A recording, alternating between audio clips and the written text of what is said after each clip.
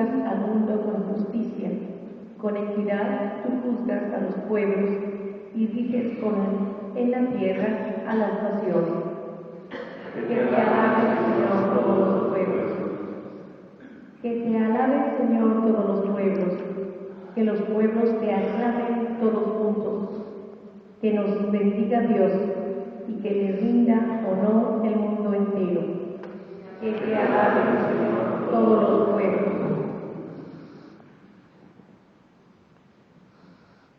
San Pablo nos recuerda que el centro de la historia de nuestra salvación es Cristo, nacido de una mujer. Él vino para liberarnos de nuestros pecados y para hacernos hijos muy amados del Padre.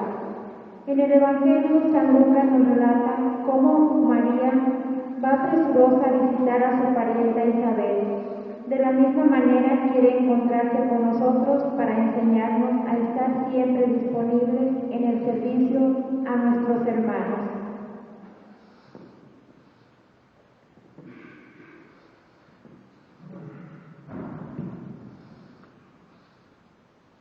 Hermanos, al llegar la plenitud de los tiempos, envió Dios a su Hijo, nacido de una mujer, nacido bajo la ley, para rescatar a los que estábamos bajo la ley, a fin de hacernos hijos suyos.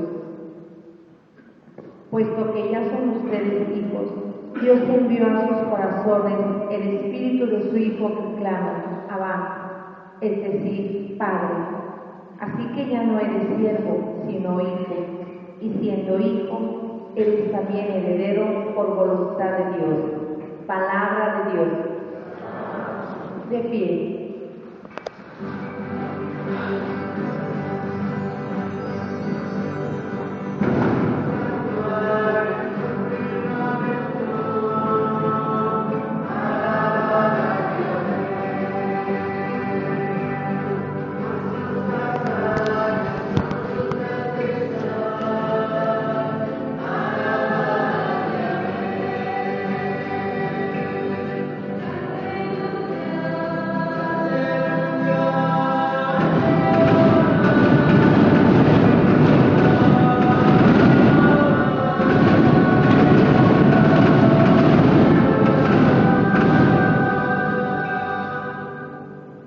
Mi alma glorifica al Señor y mi espíritu se llena de júbilo en Dios mi Salvador. Aleluya.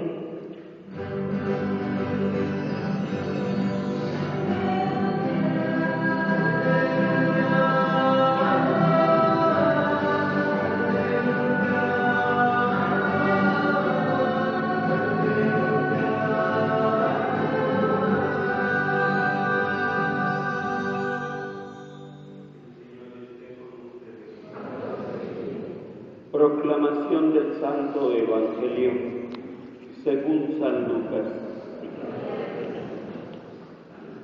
En aquellos días, María se encaminó presurosa a un pueblo de las montañas de Judea, y entrando en la casa de Zacarías, saludó a Isabel. En cuanto ésta oyó el saludo de María, la criatura saltó en su seno. Entonces Isabel quedó llena del Espíritu Santo y levantando la voz exclamó: Bendita tú entre las mujeres y bendito el fruto de tu vientre. ¿Quién soy yo para que la madre de mi Señor venga a verme? Apenas llegó tu saludo a mis oídos, el niño saltó de gozo en mi seno. Dichosa tú que has creído, porque se cumplirá cuanto te fue anunciado de parte del Señor. Entonces dijo María: Mi alma glorifica al Señor, y mi espíritu se llena de júbilo en Dios mi Salvador, porque puso sus ojos en la humildad de su esclava. Palabra del Señor.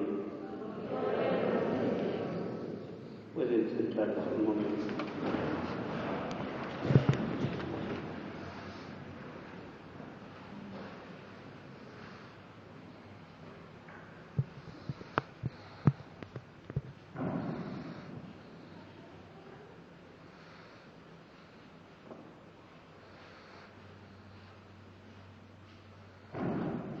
El Nican Mocowa es un escrito del siglo XVI en el que se narra por parte de los que entonces vivieron las apariciones de la Virgen María de Guadalupe. Era hacia el año 1531, apenas hacía 10 años que los europeos habían venido y a sangre y fuego habían tomado la ciudad de Tenochtitlán.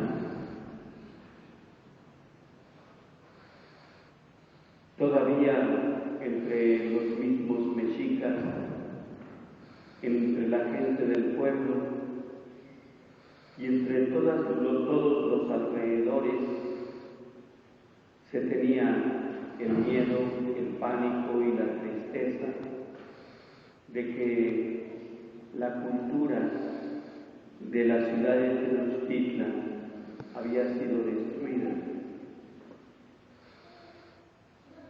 Muchos de los habitantes de entonces, de los habitantes aborígenes de aquí, para ellos era un problema el volver a levantar la cabeza y pensar que llegaba la salvación. Había gente que tenía esclavos y hacía esclavos a los indígenas. Fue entonces cuando, según la tradición y el escrito Nican Mocowa, se apareció a Juan Diego, la Virgen, en el cerro del Tepeyac. Lo nombró su embajador ante el obispo Fray Juan de Zumárraga para que le construyera un templo. Durante la novena hemos visto que el templo no lo quería María para sí, sino quería que en ese templo nos pudiera mostrar a su Hijo. Ella lo dice claramente en ese escrito en el que dialoga con Dios.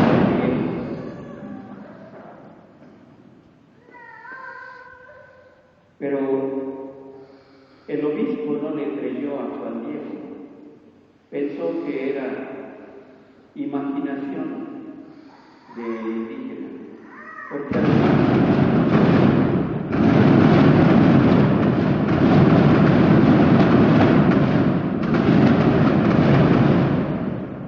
además del lugar donde se había aparecido la Virgen era un lugar dedicado en la religión antigua, en la religión de los mexicas, era dedicado a Tonantzin. Y el obispo Fray Juan de Zumárraga y todos los franciscanos pensaban que lo que querían los indígenas era hacer renacer el culto a los antepasados que habían tenido allí en ese cerro. De tal manera que entonces, como no le creyó, le pidió una prueba de que era la Santísima Virgen, Madre de Dios. Y le hizo cortar a Juan Diego, le hizo cortar la Virgen unas flores, unas rosas, allí en el Tepeyac, una madrugada, la madrugada del 12 de diciembre de 1531.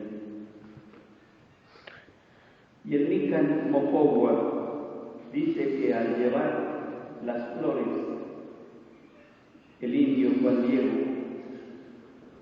se las mostró a él, estaban en su ayate, y se las mostró, abrió su ayate y las flores, y dice el Nican Mocowa Y así como cayeron al suelo todas las variadas flores preciosas, luego allí se convirtió en señal. Se apareció de repente la amada imagen de la perfecta Virgen Santa María, Madre de Dios, en la forma y figura que ahora está, en donde ahora es conservada en su amada casita, en su sagrada casita en el Tepeyac, que se llama Guadalupe. Así narra el Nícar Mocohua finalmente el encuentro con esa imagen. Desde entonces, muchos han dicho, es una mentira. Otros han dicho, es un invento. Pero el fenómeno social que todos vemos y vivimos es que alrededor de esa imagen de la Virgen María de Guadalupe tendemos a unirnos aquí. Unirnos porque nos conocemos, nos damos a entender entre nosotros a través del único idioma que nosotros los cristianos conocemos, que es el idioma de la caridad y el amor que Jesús nos enseñó. El Nícar Mocohua por eso dice que en cuanto la vio el mismo obispo gobernante y todos los que allí estaban, se arrodillaron y la admiraron.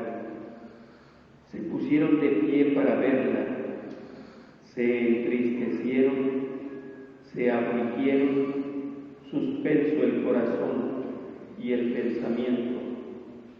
Y el obispo gobernante con llanto, con tristeza, le rogó, le pidió perdón,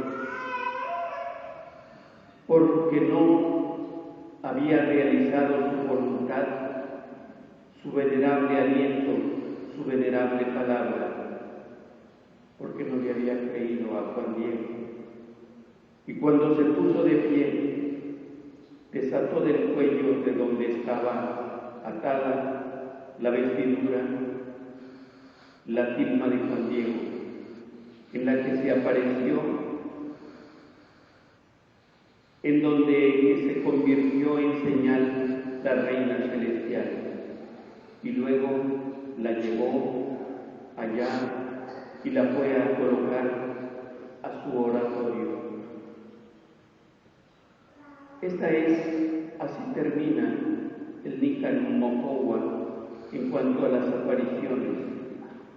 Dice finalmente, y todavía allí pasó un día Juan Diego en la casa del obispo,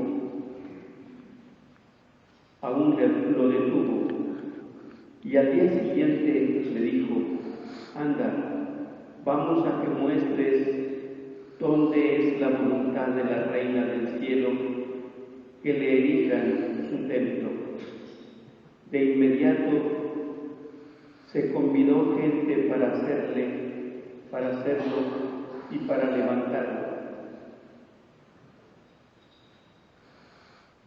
Y Juan Diego, en cuanto mostró en dónde había mandado la Señora del Cielo que se erigiera su casita, luego pidió permiso. Quería ir a esa casa y quería ir, a su casa para ver a su tío Juan Bernardino, que había estado muy grave, cuando lo dejó para ir a llamar a un sacerdote a Tlatelolco para que lo confesara y lo dispusiera de quien le había dicho la Reina del Cielo que ya había sanado. Pero no lo dejaron ir solo, sino que lo acompañaron a su casa, y al llegar vieron a su tío que ya estaba sano, absolutamente nada le dolía, como había dicho la reina del cielo.